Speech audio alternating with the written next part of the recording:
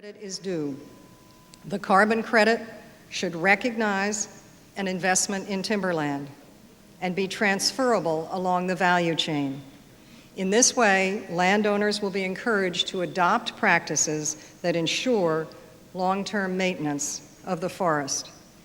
Credit for carbon that is stored in products can be derived from the underlying carbon credit in the trees. 6, let the marketplace work. We know how to trade value internationally. Business as usual in a free market is characterized by adaptation, opportunism, and innovation. Put global coordination into the carbon market, put global coordination of the carbon market into assuring a fluid and transparent trading mechanism, but let the buyers and sellers work out the rest. Our panel addresses mitigation in a carbon-constrained world. The Earth offers her own solution with photosynthesis. It is not patented or trademarked. It is elemental, clean, and sustainable. Technology transfer mechanisms are not needed for this core process. Photosynthesis is available without significant capital investment to partner in our capital-intensive solution. Let's be sure that public policy does not diminish this opportunity.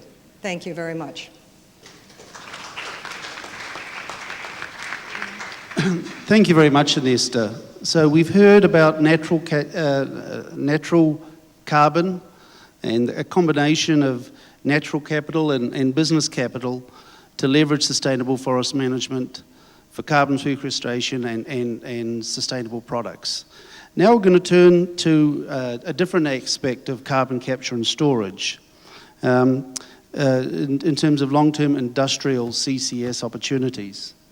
The IPCC special report talked quite a bit about, or explored this opportunity and indicated that by 2050, given technical limitations, around 20 to 40% of global fuel CO2 emissions could be suitable for capture, including 30 to 60% of electricity generations and 30 to 40% of industrial CO2 emissions. An IEA technical report gave us more information. It said that carbon capture and storage in the power generation sector has the potential to contribute to reductions of about 4.4 gigatons of CO2 by 2050. So carbon capture and storage is a process consisting of separating CO2 from industrial and energy-related sources, transporting it to a storage location, and long-term isolation from the atmosphere. So now we're going to, that's the idea, that's the concept, that's what IPCC and IEA say about it. And now let's hear from a businessman about business opportunities, business solutions. Preston. Thank you. It's a pleasure to be here this afternoon with all of you. Some of you may not know who Rio Tinto is. We're a large resource company, one of the leading producers of things like iron ore and aluminum and borates and uranium, but we're also the third largest coal producer in the world. Coal has been talked about a lot today already. Coal is affordable, it's widespread, it's available in many countries where there's a high energy demand coming in the future. It's a secure energy source, but of course it's a high carbon energy source, and so we need to do something to take care of that issue. Right now the world produces about 5 billion tons per year of coal. The US uses about 1 billion tons of that. China uses about 2 billion tons of coal a year, 2 of every 5 tons. And the interesting thing about China is the growth rate. Coal usage in China is growing at 10% per year or more. So, what are we going to do to resolve the problems with CO2 emissions from coal? Well, at Rio Tinto, we're involved in a number of different activities. We're an inaugural partner of the FutureGen project in the US. We were instrumental in helping to assemble the Coal 21 Fund in Australia, which is a voluntary levy on coal produced by companies in Australia. And that money, which will total about $1 billion over 10 years, will be used to help deploy things like carbon capture and storage. We support the Otway Basin project, which is about CO2 and monitoring. But I thought what might be of some interest to this group this afternoon would be a discussion of a joint venture company that Rio Tinto just formed last year with BP, earlier this year. That company is called Hydrogen Energy. When we formed Hydrogen Energy, we announced 3 projects. The first was the Peterhead project in England. The second was the Carson project in California near Los Angeles. And the third was the Kwinana project just south of Perth in Australia. And all 3 of these projects involve taking a carbonaceous feedstock, whether it's natural gas, coal, or petcoke, separating the CO2 from the hydrogen, and then taking the CO2 to sequester it in a geologic reservoir. The team that we've put together under Hydrogen Energy is also working on several other projects which haven't been publicly announced, but hopefully will be soon. So what's holding up progress on these projects? They were announced. Why aren't they being built?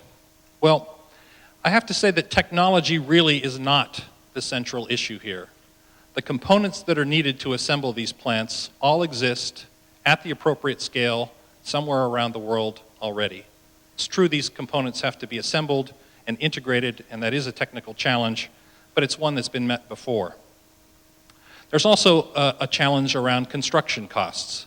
Anyone who's involved in building major capital projects around the world today knows that costs have skyrocketed. We see that in our mining projects.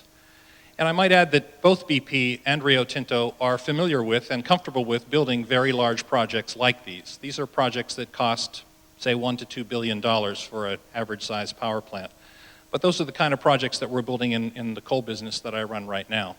So it's really not technology, it's really not scale, it's not access to capital either, because both BP and Rio Tinto can fund projects of this scale. So what's holding it back?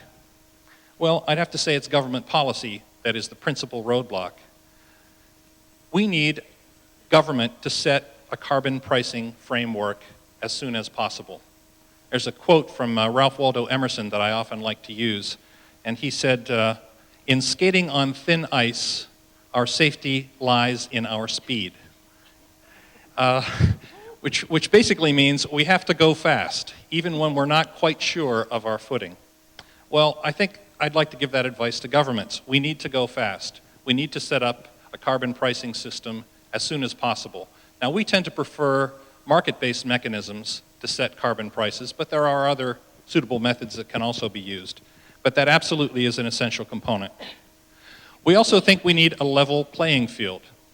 We would like to see, for example, government set performance standards for low-carbon energy, and then let all forms of low-carbon energy compete, because at the end of the day, we need a portfolio of low-carbon energy options in order to solve this problem. That includes everything from end-use energy technologies, energy efficiency, renewables such as wind and solar, nuclear, hydrogen systems, biomass and biotech, as we've heard, but also, of course, carbon capture and storage.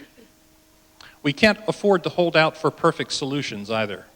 If we're going to look for the perfect storage reservoir for CO2, we may have to wait a very long time to find that. I'm not suggesting that we should put CO2 in reservoirs that we know are leaky. On the other hand, I think we need to learn as we go. I think we also need, beyond carbon pricing is a necessary but not sufficient condition. We also need governments to support first-of-a-kind technology options. We also need governments to support the infrastructure that will be needed to manage the large volumes of CO2 that will result from widespread application of carbon capture and storage technology. And to give you an idea of the scale issue, a single power plant might handle, say, 10,000 tons of coal a day. It's going to produce 2.5 times that much CO2 every day, day after day. And there are something like 5,000 of these very large coal plants scattered around the world already, and many more will be built in the future because of coal's unique properties. So we need an infrastructure to handle billions of tons of material every year, something approaching the scale of the natural gas infrastructure system that already exists around the world. And lastly, we need something else that was mentioned, I think, by Mr. Stigson this morning. We need to have risk sharing by the public. This CO2 storage will have to be in place for many hundreds or perhaps even thousands of years, and that's beyond the time scale of even the longest-lived corporation. So we need to participate actively with governments to understand exactly how that risk sharing will play out.